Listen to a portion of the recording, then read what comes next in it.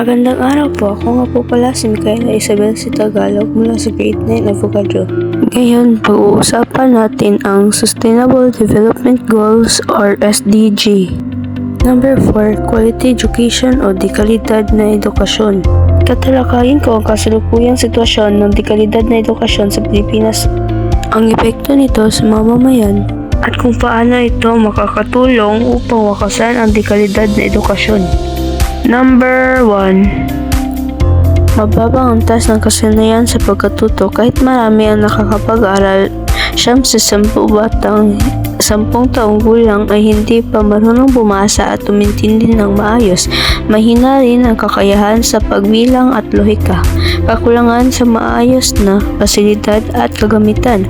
Maraming silid-aralan ang sira, masikip o kulang sa upuan. Kulang din ang mga aklat, kagamitan sa pagtuturo, kuryente at koneksyon sa internet, lalo na sa mga baryo at liblib na lugar tulad ng ilang bahagi ng Kabadbaran. Sobrang dami ng mag-aaral sa bawat klase. Sa halip na 30 to 40 na mag-aaral, may mga silid na umaabot ng higit 50 o 60. Dahil dito, hindi sapat ang atensyon na ibibigay ng guro sa bawat bata. Kakulangan at hindi sapat na suporta sa mga guro.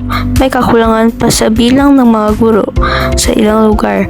Bukod dito, kailangan pa ng mas maraming pagsasanay at tamang benepisyo upang magampanan nila ng maayos ang kanilang tungkulin. Number 2, Data Statistics. Ayon sa DepEd, 91% ng mga batang 10 taong gulang ay hindi makabasa at umintindi ng simpleng teksto. Learning poverty, kabilang sa pinakamataas sa buong mundo.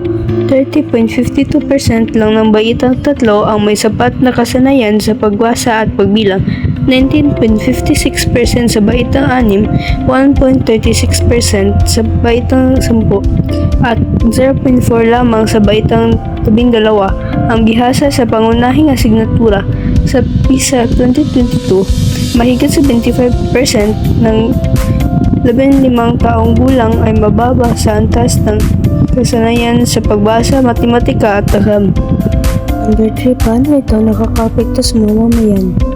May mentalang trabaho at kita kahit nakatapos mahina sa pagbasa, matematika at kasanayan, napipilitan sa mababang sahod o pansamantala trabaho lamang. Patuloy na kahirapan. 9 sa 10 batang 10 taong gulang ay hindi makabasa ng maayos. Nahahawa ang kahirapan sa susunod na henerasyon. Hindi makasabay sa pagbabago. Nahuhuli sa teknolohiya at pandaigdigang kompetisyon. Kaunti ang nakukuha ng magagandang oportunidad sa ibang bansa. Sa Kabadbaran at Calaga, mas ramdam ang kakulangan sa liblib na baryo, mahina ang internet, siksikan ang klase, kulang sa kagamitan, mas mabagal ang pag-asenso ng mga pamilya dito. Number 4, iunay ang SDG number 4. Ang mga problemang tulad ng kakulangan sa pasilidad, siksikang klase at epekto ng kahirapan ay ang mga hadlang na humahadlang upang makamit ang dekalidad na edukasyon. Ang pag-alam sa mga ito ang unang hakbang upang maisakatuparan ang layunin ng SDG 4. Number 5, paano nakakatulong ang SDG number 4 sa suliranin? Daan ng SDG 4 na ang edukasyon ay dapat hindi lang pagpasok sa paaralan, kundi tunay na pagkatuto.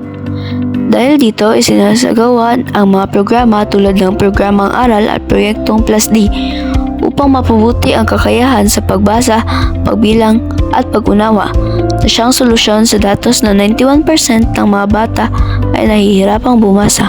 Number 6, paano nakakatulong ang SDG sa sitwasyon na binanggit?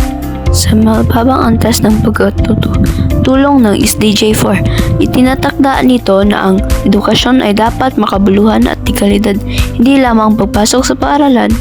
Dahil dito, isinasagawa ang mga programa tulad ng programang aral at Plus D upang tulungan ang mga mag-aaral na makabawi at matutunan ng wasto ang mga aralin. 7. Paano ito makakamit? Palakasin ang kalidad ng pagkatuto. Isabuhay ang mga programa tulad ng programang aral at proyektong Plus D upang matulungan ang mga bata na makabawi sa pagbasa, pagbilang at pag-unawa.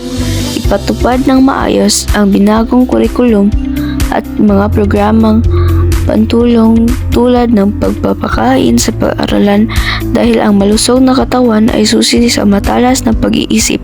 Hindi sapat na makapasok lamang sa